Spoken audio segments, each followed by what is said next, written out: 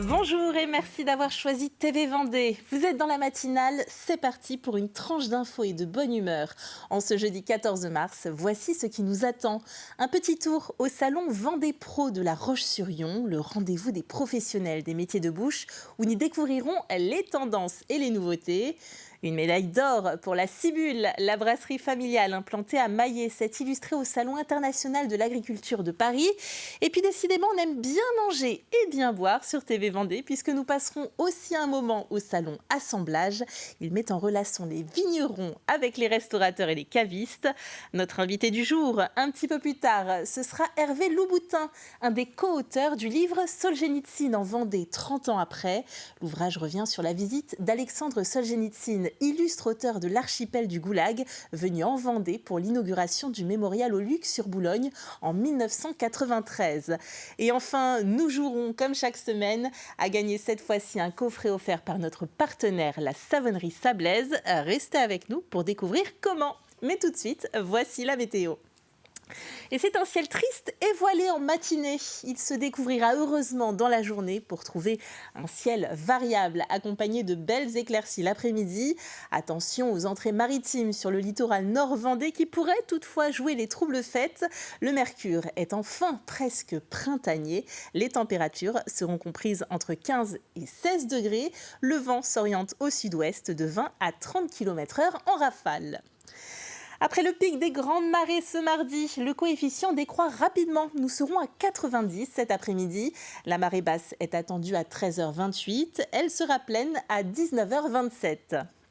Allez, on jette à présent un œil à notre fameuse carte des marchés. Le département entier nous l'envie, cette carte. Pour faire ses courses le jeudi, il n'y a que l'embarras du choix. Alors on peut citer pêle-mêle la Guérinière, Pouzauges, le Poiré-sur-Vie, Talmont-Saint-Hilaire ou encore Mouzeuil-Saint-Martin. En ce jeudi 14 mars, on n'oublie pas de souhaiter une bonne fête aux Mathilde et aux Maude. Cherchez bien, vous en connaissez forcément une. Le soleil est levé depuis 7h05. Il se couchera à 18h54. Nous gagnons donc 4 précieuses minutes d'ensoleillement. On passe maintenant au journal.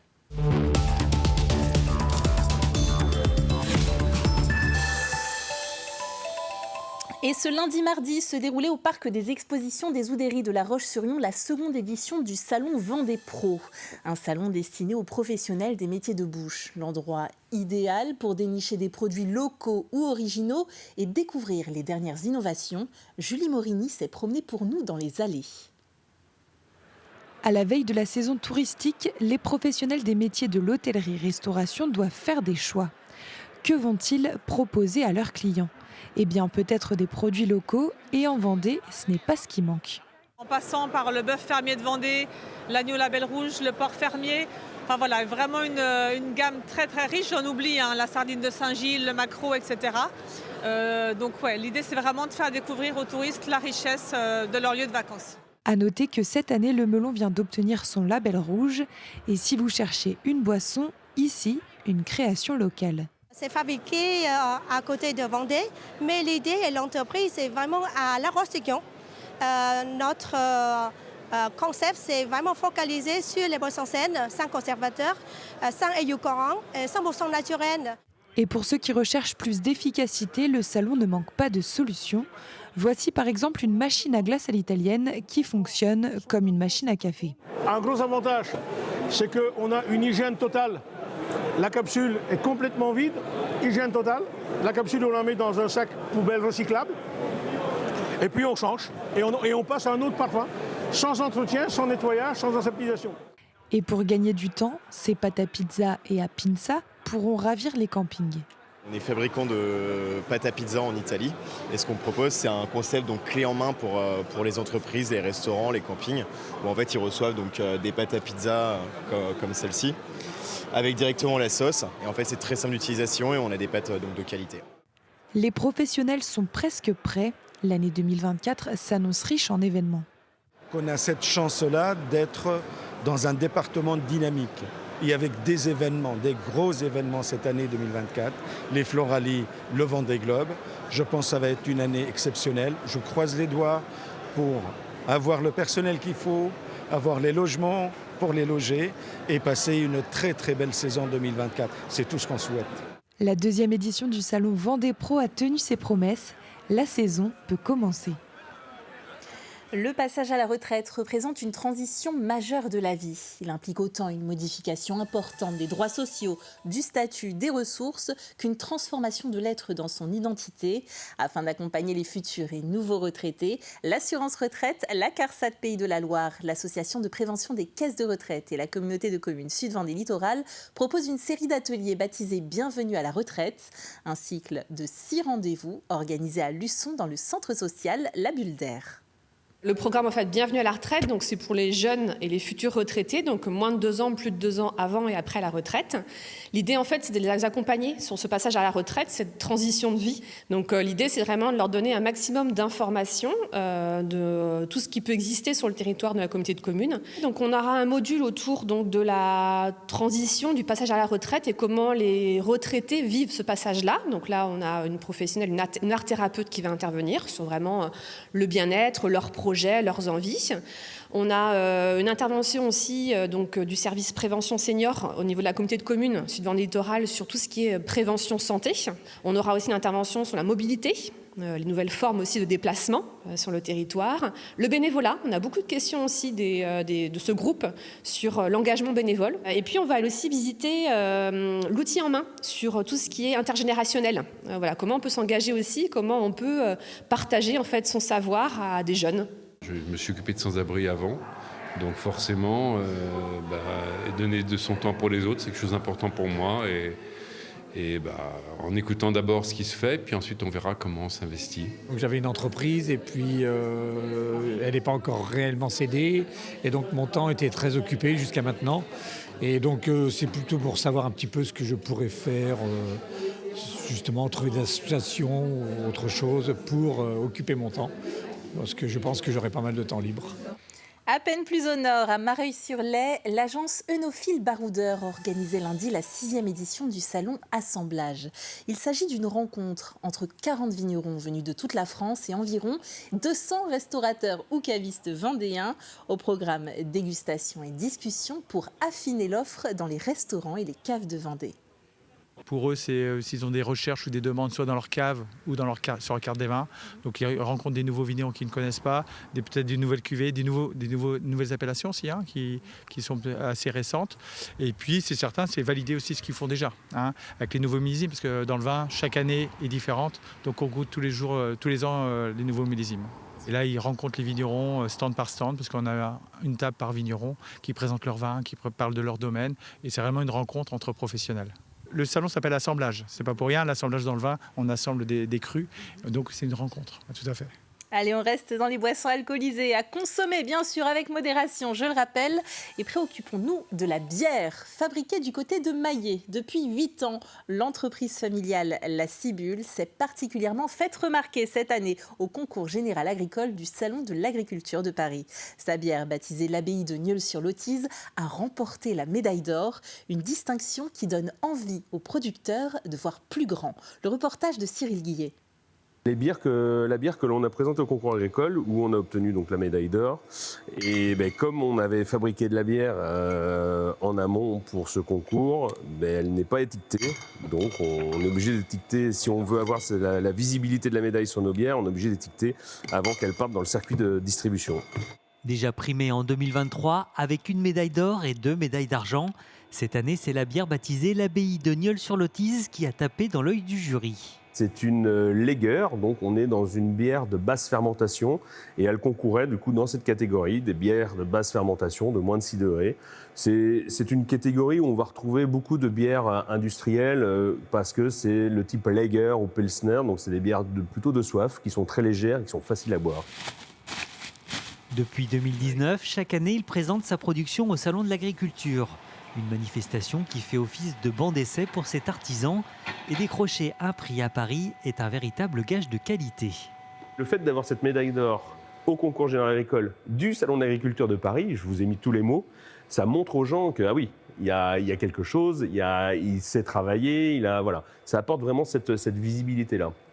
Et depuis, du coup, ces 3 dernières années, tous les ans, on a obtenu une ou des médailles. Ça ne va pas doper les ventes, on ne va pas faire un x3, un x10, un x100. Ça apporte vraiment une visibilité pour le consommateur et ça nous permet, nous, de communiquer. Forte de son succès, la brasserie a été obligée de s'agrandir et d'augmenter sa production. Installée dans ce nouveau bâtiment depuis le mois de décembre dernier, de 120 000 litres par an, la production va pouvoir atteindre d'ici quelques années 300 000 litres. C'est vrai qu'avec toute l'installation qu'on a ici, on va pouvoir développer de la limonade et d'autres types de boissons. C'est bien parce qu'on peut devenir producteur de boissons et pas se cloisonner à être uniquement brasseur. La Cibule n'en a pas fini avec le concours général agricole et compte bien à terme médailler l'ensemble de sa gamme. Pendant tout un week-end, la marche sera à l'honneur à Fontenay-le-Comte. Alors que la ville accueille les championnats de France de marche nordique et athlétique, ce week-end du 16 et 17 mars, le SAF Athlétisme organise Festi-Marche. Des animations et des activités au départ d'un village installé plein des sports pour vivre à fond l'événement. La marche athlétique du dimanche matin, on a les meilleurs Français qui seront là, qui viendront chercher leur qualification pour les Jeux Olympiques ou au moins confirmer leur niveau de forme. Donc on aura les meilleurs marcheurs français, et autant chez les garçons que chez les filles. Alors, le parcours de marche athlétique, il est intéressant parce qu'il est tout proche du centre-ville. Donc là, pour le public, c'est vraiment agréable. Pour ce qui est de la marche nordique, on est autour de la plaine, autour des terrains de football. Et là aussi, c'est un parcours qui sera sans doute assez spectaculaire, notamment pour le public. Quant à la marche active, elle traversera Fontenay. Donc là, tous les beaux monuments de Fontenay seront visités. Et parmi les activités proposées gratuitement, la marche nordique et tir, des activités de remise en forme et de la marche active. On passe à une toute autre passion à présent, un peu moins sportive mais tout aussi dévorante, la philatélie. Puisque figurez-vous que le week-end dernier se déroulait partout en France la Fête nationale du timbre. Un événement porté en Vendée par l'amicale philatélique lyonnaise. Elle a proposé une découverte du monde de la philatélie, salle des Clouseaux. Et pour coller au thème de cette année, les plaisirs de la navigation, des maquettes ont été mises à l'eau. C'est à la fois une source de grand apaisement quand on est... Voilà. Et puis en même temps, paradoxalement, c'est une activité qui est à la fois très très solitaire quand on est tout seul chez soi et qu'on est sur ces documents philatéliques. Et en même temps, c'est un lieu d'échange. C'est une de mes passions depuis plus de 40 ans. Et donc, au sein de la Fédération française des associations philatéliques, on forme, des jurés donc pour sillonner un petit peu les expositions à travers la France. Allez, c'est la fin de ce flash. On jette à nouveau un petit coup d'œil à la météo de ce jeudi. Avec, je vous le disais, des nuages en cette matinée. Mais rassurez-vous, nous aurons toutes les chances de voir apparaître le soleil dans l'après-midi. Les températures, elles sont très agréables. 15 et 16 degrés au plus fort de la journée. Ça y est, le printemps est enfin arrivé. Découvrons à présent notre rubrique Plus Info du jour.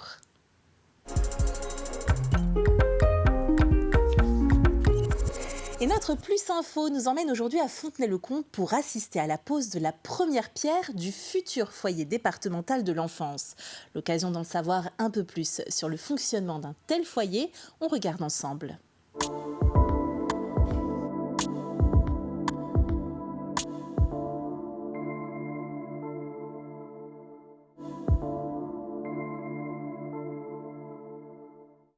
Alors nous avons de plus en plus d'enfants qui nous sont confiés, par comparaison 1500 enfants en 2022, 1700 enfants placés à l'ASE, l'aide sociale à l'enfance en 2023, et le foyer départemental de l'enfance est la première structure accueillant ces enfants, puisque le foyer départemental de l'enfance accueille dans les situations d'urgence des enfants qui nous sont placés par décision de justice ou par souhait des parents qui souhaitent que leur enfant soit mis sous protection. Et donc le foyer départemental de l'enfance a pour mission d'évaluer et d'accompagner, d'orienter et de protéger.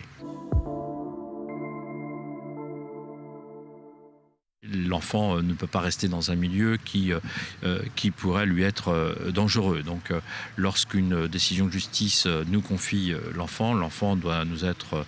L'enfant est donc accueilli au foyer départemental d'enfance et comme je l'ai pu le dire, donc après une évaluation, une réorientation où là les enfants sont placés ou dans des maisons d'enfants à caractère social, ce qu'on appelle les MEX, des lieux de vie d'une façon un peu plus générale, ou vers les assistants familiaux. Donc à peu près 1000 enfants nous sont placés aujourd'hui chez des assistants familiaux pour 760 enfants à peu près placés en lieu de vie.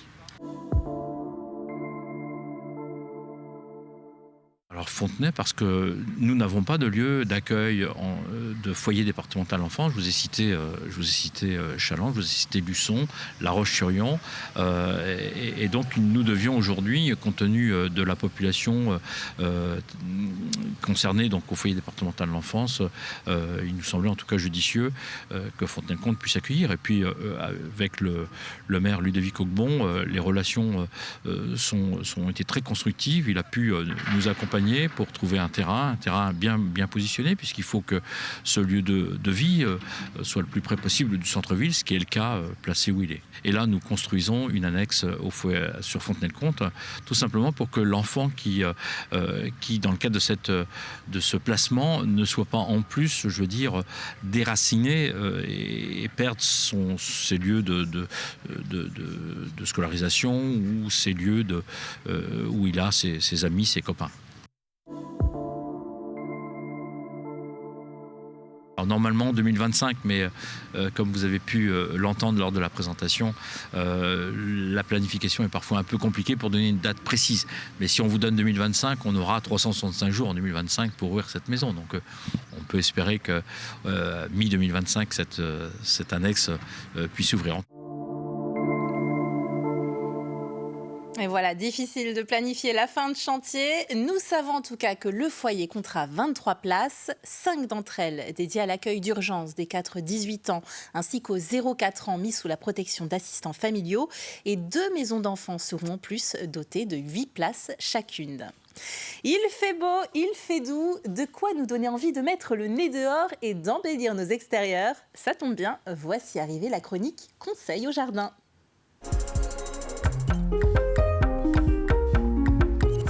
Et dans cet extrait, il est question de bouture et de différence entre jardin français et anglais. Je ne vous en dis pas plus. Découvrons cette différence ensemble. Et donc je fais des boutures, par exemple comme ici. Et souvent je mets une cloche dessus, une petite cloche de verre, pour que la plante soit bien à l'étouffer dedans. Voilà, soit bien. Et il y a une bonne réussite avec ce procédé. Et l'hiver, vous arrivez toujours à avoir une température? Ce qu'il y a, c'est que l'hiver, je mets un plafond ici. J'ai des tôles en polycarbonate que je fixe. Et en plus, j'ai une double cloison où il y a le chevron, là, pour avoir un vide de 50 cm par rapport à l'extérieur, quoi. Et j'ai un petit convecteur qui est réglé à 5 degrés, qui tourne pratiquement jamais, quoi, parce que on se trouve complètement dans un cocon, quoi. Et j'arrive plus à rentrer l'hiver, tellement j'ai rentré tout ce qui pouvait geler. Oui, mais moi j'adore vous écouter, parce que vous avez combien de casquettes? Parce qu'il n'y a pas que le jardinier, mais vous êtes un bricoleur hors pair, quand même. Ouais, enfin... écoutez, vous me faites de la ferronnerie, vous me faites le bois, vous me faites les vitres. Oui, mais comme on dit, touche à tout, bon à rien, quoi. Ah non, ça je suis pas d'accord, ça je suis pas d'accord.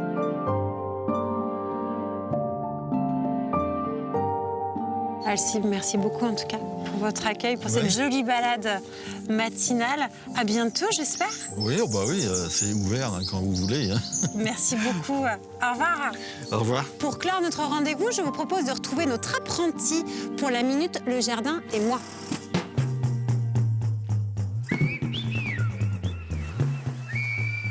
Les jardins français et anglais sont 2 styles emblématiques qui incarnent la beauté de l'aménagement paysager. Ils sont différents de par leur approche et ainsi que de leur esthétique. Le jardin français se caractérise par sa symétrie, son ordre géométrique ainsi que sa perspective. Les éléments clés de son jardin sont les fontaines, les allées rectilignes ainsi que les parterres de buis taillés. L'objectif de ce jardin est de créer une impression d'harmonie et de contrôle. Les caractéristiques des jardins anglais sont les pelouses verdoyantes, la nature sauvage, les étangs ainsi que les chemins sinueux. L'objectif du jardin anglais est de laisser l'impression que la nature a évolué naturellement au fil du temps. Les couleurs sont également différentes. Le jardin français a des couleurs plutôt restreintes, le vert et le blanc majoritairement, tandis que les jardins anglais ont une plus grande diversité de couleurs due aux nombreuses fleurs présentes dans leur massif. En somme, les jardins anglais et français sont 2 styles de jardins différents. Le jardin français privilégie plutôt la symétrie et la précision, alors que le jardin anglais, quant à lui, privilégie le charme naturel et la spontanéité. Et voilà, maintenant, nous savons tout. Merci aux apprentis de Mareil-sur-Lay de participer à l'élaboration de ce programme. L'épisode entier de Bienvenue au Jardin est à retrouver samedi. Allez, on passe maintenant à notre extrait du jour.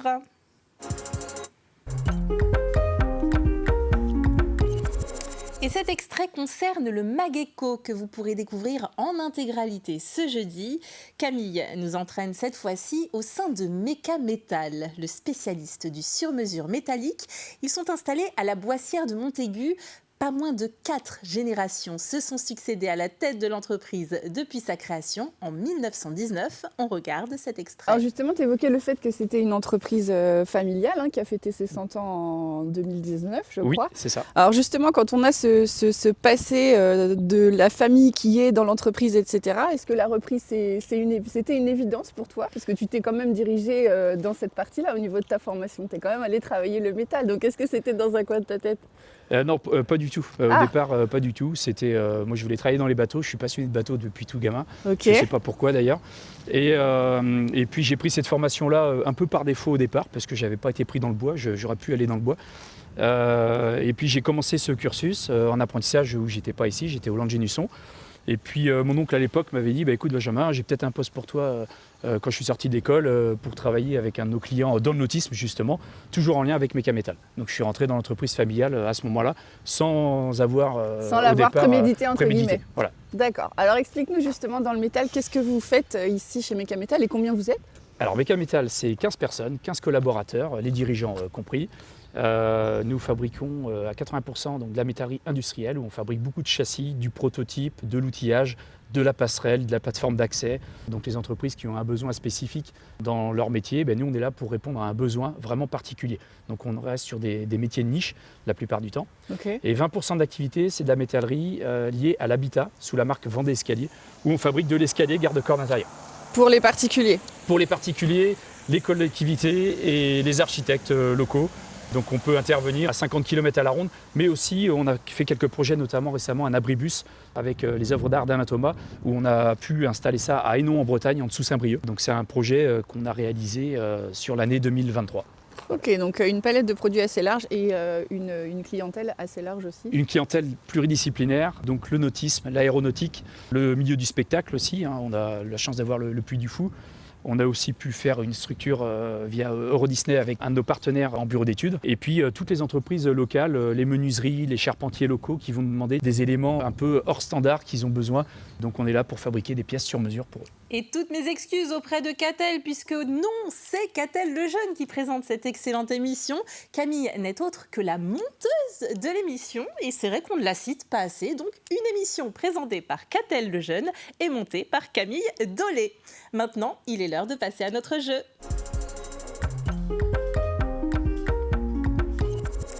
Et c'est notre jeu concours de la semaine avec à gagner cette semaine un coffret découverte d'une valeur de 46 € offert par la savonnerie Sablaise. Alors dans ce coffret, on trouve les 5 produits phares de la savonnerie.